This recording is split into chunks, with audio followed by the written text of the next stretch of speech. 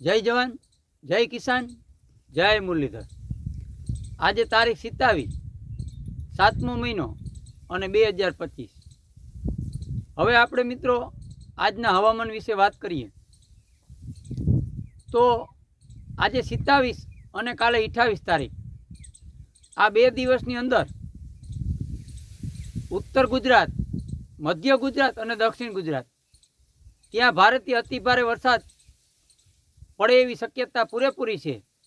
અને આપણે 2 દિવસ ત્યાં વરસાદ પણ જોવા મળે અને અમુક વિસ્તારોમાં 6-7 ઇંચ વરસાદ પણ થયો છે। પણ ખાસ મિત્રો, જે આ 27 અને 28 તારીખ છે એમાં દક્ષિણ ગુજરાત, મધ્ય ગુજરાત અને ઉત્તર ગુજરાત એમાં ભારેથી અતિભારે વરસાદ પડે એવી પૂરેપૂરી શક્યતા છે। અને મિત્રો, જે આપણું ભારતનું હવામાન હોય એ ક્યાંક ને ક્યાંક એમનું પણ સચોટ તારણ હોય અને એમના માર્ગદર્શન હેઠળ આપણે એમની જાણકારી હોય અને ક્યાંય પણ આપણે એલર્ટ કરે તો ખરેખર સાવચેત રહેવું જોઈએ। કારણ કે આ જે વરસાદનો રાઉન્ડ છે અને જે આપણા પક્ષ નક્ષત્ર છે એમના પરિબળો અને જે એમને આપણે સંજોગીઓ કહી તો એમાં બધી રીતે સપોર્ટ આપે છે। તો આ જે સિસ્ટમ છે એ બંગાળની ખાડીથી આવેલી છે, એના કારણે જે આપણે જોઈએ છીએ કે બંગાળની ખાડીની સિસ્ટમ આવતી હોય એ વધારે ઉત્તર ગુજરાતને અસર કરતી હોય અને આજ પહેલાં મધ્ય ગુજરાત અને દક્ષિણ ગુજરાતમાં પણ ભારેથી અતિભારે વરસાદ થાય એવી પૂરેપૂરી શક્યતા છે 27 ને 28 તારીખ। એટલે મિત્રો ખાસ નોંધ લેજો। અને હવે આપણે વાત કરીએ તો કચ્છ અને સૌરાષ્ટ્ર આ 2 વિસ્તારોમાં વારે ફેરે વરસાદ જોઈએ એવો અમુક વિસ્તારોમાં નથી મળતો। જોકે અમુક વિસ્તારોમાં સારો વરસાદ થાય, સંતોષકારક થઈ જાય છે, પણ ઘણા એવા વિસ્તારો છે કે ત્યાં વરસાદ જોઈએ એવો નથી મળતો અને સંતોષકારક નથી થતો। તો મિત્રો આજે 27 અને કાલે 28 તારીખ, અને કાલે જો કે ઘણા વિસ્તારોમાં સૌરાષ્ટ્રમાં વરસાદ જોવા મળ્યો હતો, પણ આજે 27 અને કાલે 28 તારીખ ઘણા વિસ્તારોમાં સંતોષકારક વરસાદ થઈ જશે।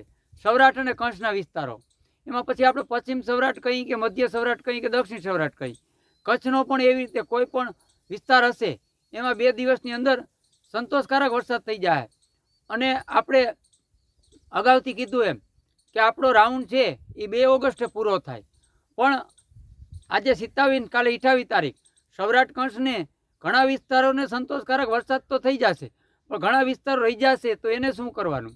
તો મિત્રો એમને પણ માહિતી આપણે આપીએ કે હજી 29 અને 30 તારીખ એમાં કદાચ એક કે બે દિવસ મોરું રહીએ અથવા બ્રેક રહીએ, બ્રેક તો નહીં રહીએ પણ મોરું રહીએ કે ક્યાંક ને ક્યાંક આપણે એમ થાય વરસાદ તો ગયો, આવી પણ શક્યતા છે।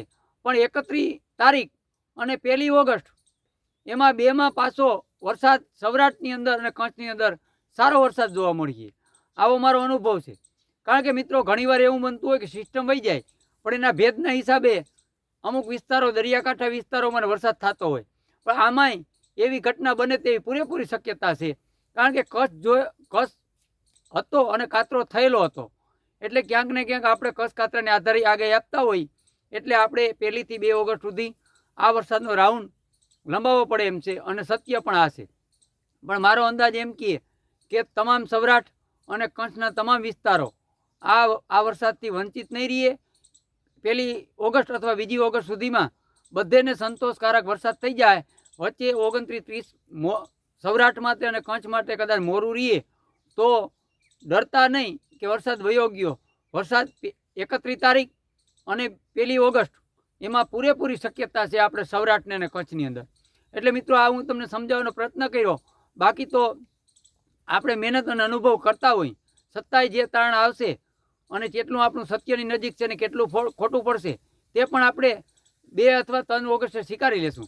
પણ મિત્રો આપણો વિડીયો જે 29 અથવા 30 તારીખનો જોજો, કારણ કે મહત્ત્વ હશે અને ઘણી બધી માહિતી પણ આપણે આપશું। પણ આજે ખાસ એક માહિતી એ પણ આપી દો મિત્રો કે આપણે આ સૌરાષ્ટ્ર કચ્છની અંદર અવાર વરસાદ ઓછા કેમ રહીએ છીએ, તો એ અગાઉ પણ ઘણા મિત્રોને આપણે સમજાવવાનો પ્રયત્ન કર્યો કે ભાઈ અવાર જે મેન પાયા હોય એમાં જે આપણે રોહિણી નક્ષત્ર છે એના પહેલા પાયામાં આદર થયો હતો અને ક્યાંક અમુક વિસ્તારોમાં છાંટા પણ નાખ્યા હતા. આ એનો પ્રભાવ હતો. એના કારણે આપણું અરબી સમુદ્ર સક્રિય નહોતું થયું. ક્યાંક ને ક્યાંક વચ્ચે આપણે એવું પણ લાગતું હતું કે આગળના વરસાદ સૌરાષ્ટ્રની અંદર નબળા થશે, પણ જે ઋણના 4 પાયા મજબૂત થયા ત્યાં પછી આપણે એમ થયું કે સૌરાષ્ટ્રવાસીઓને વાંધો નહીં આવે. પણ અમુક સેન્ટરો છે કચ્છના અને સૌરાષ્ટ્રના જ્યાં વરસાદ ઓછો રહે છે ને બીજે વરસાદ વધારે રહે. પણ આ કહાનીનો ધી એન્ડ આપણે કહી તો આપણે ઓગસ્ટ મહિનાની 22 ઓગસ્ટથી અરબી સમુદ્ર ફૂલ એક્ટિવ થશે અને સક્રિય થશે.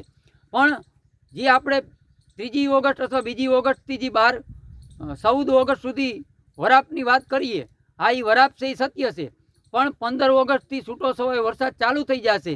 એ 20 ઓગસ્ટ સુધી છૂટો છવાયો રહેશે અને કેટલા વિસ્તારો લેશે એ નજીકના હવામાન જોઈ અને આપણે માહિતી આપશું.